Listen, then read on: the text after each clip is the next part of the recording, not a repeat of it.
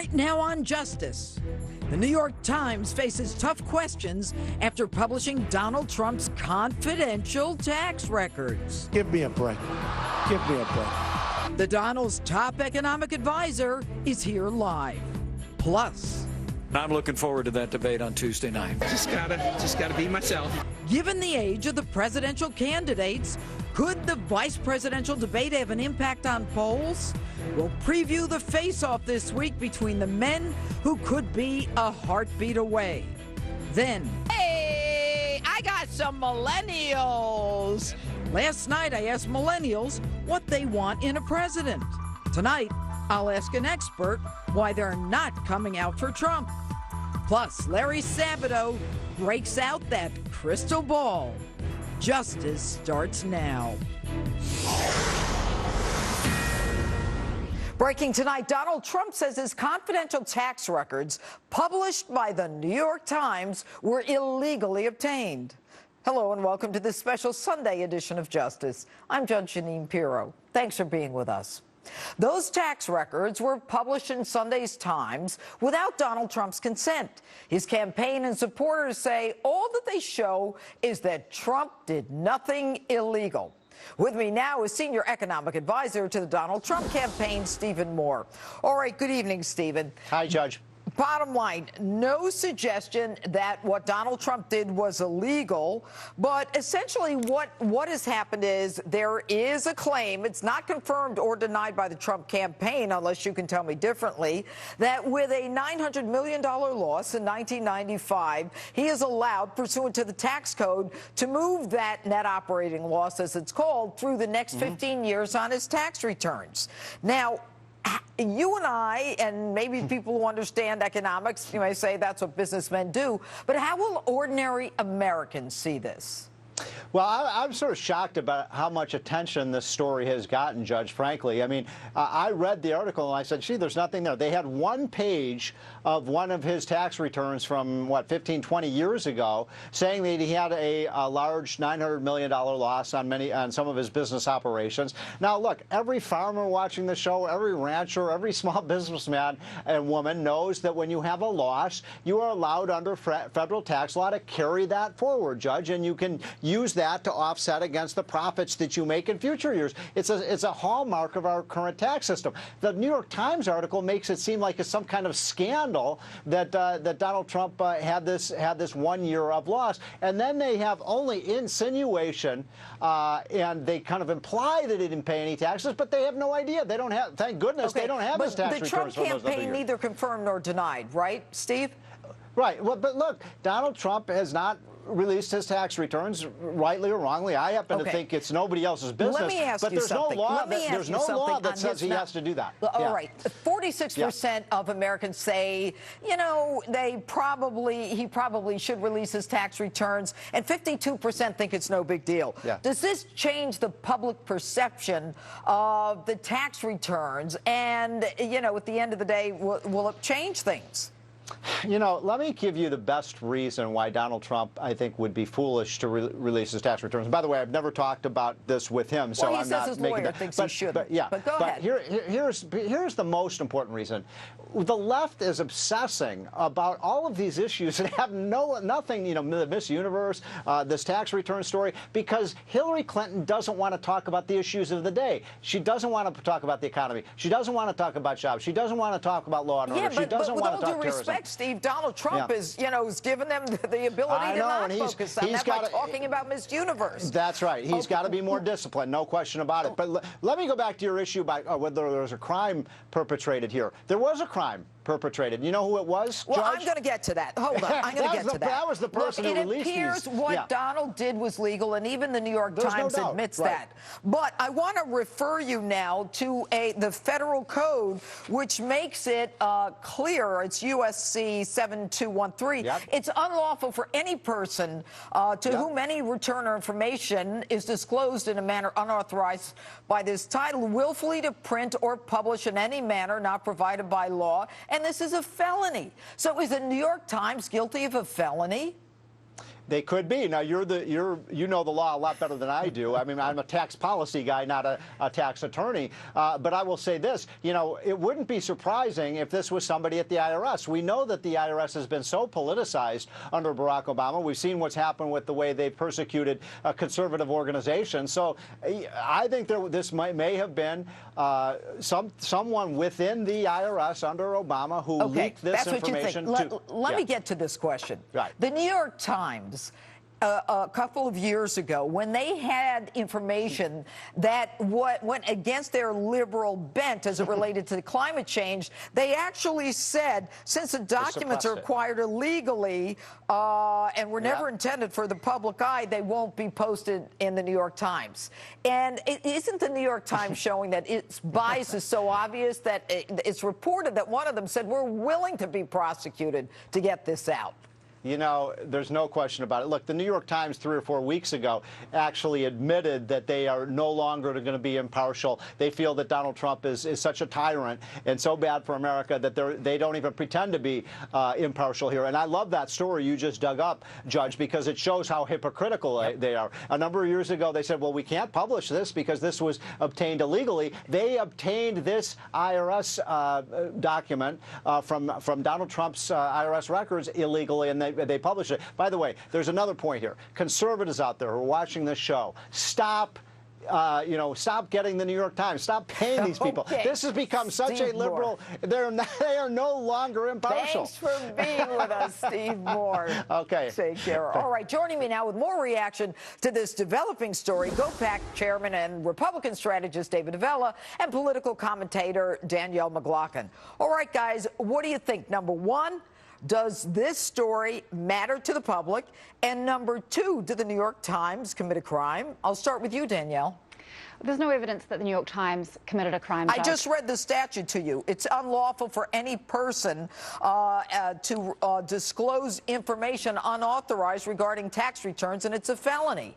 Right, and as you know, he didn't give them permission. He did not give them permission. There's probably a statute of limitations issue here. And I can't speak for the New York Times, but I'm not convinced that there's a crime here. Okay, Danielle, statute of limitations has nothing to do with it. They just released the information. Are you saying that they've had this for years, since 1995? No. No, absolutely not, Judge. This was apparently given anonymously to the New York Times, as you know. Right, and they said they just got it, so there's no statute of limitations. Well, apparently postscript from the Trump Towers. We'll see how that checks out. David, first, is there a problem here for ordinary Americans, and what do you think of what the Times did? This won't change one undecided voter's opinion.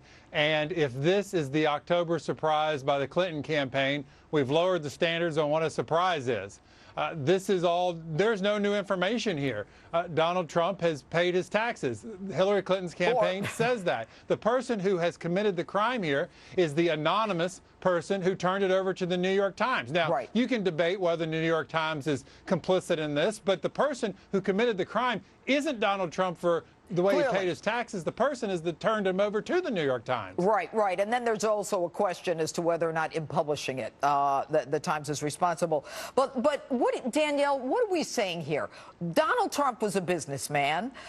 He is allowed to take these offsets, net operating loss offsets. I mean, should he have said to the federal government, I want to pay you money, even though I don't owe you money, I want to pay you money? I mean, that's stupid, isn't it?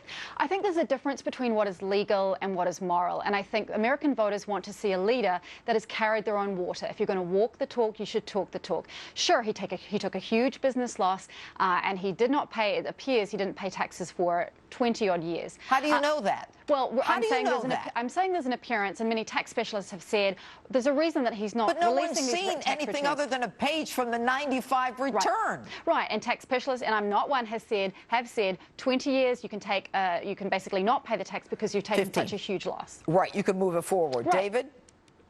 Tax accountants make a living off making sure Americans pay what they need to pay, but get the maximum benefits to what the current tax code says. Let me also remind everybody, Judge, Americans vote with their pockets. And that's why Americans leave high-income tax states and move to low-income tax states. It's why states like Connecticut lose population and states like Tennessee pick up population because they don't have an income tax. Americans don't have a problem with using the tax system to their advantage. All right, David, I want to get to another question. And during the debate, one of the things that Hillary Clinton said, all of you watching tonight, to know that he's paid nothing in federal taxes because the only years anyone has ever seen were a couple of years. She was referring to 78 and 79 when he was trying to get a casino license.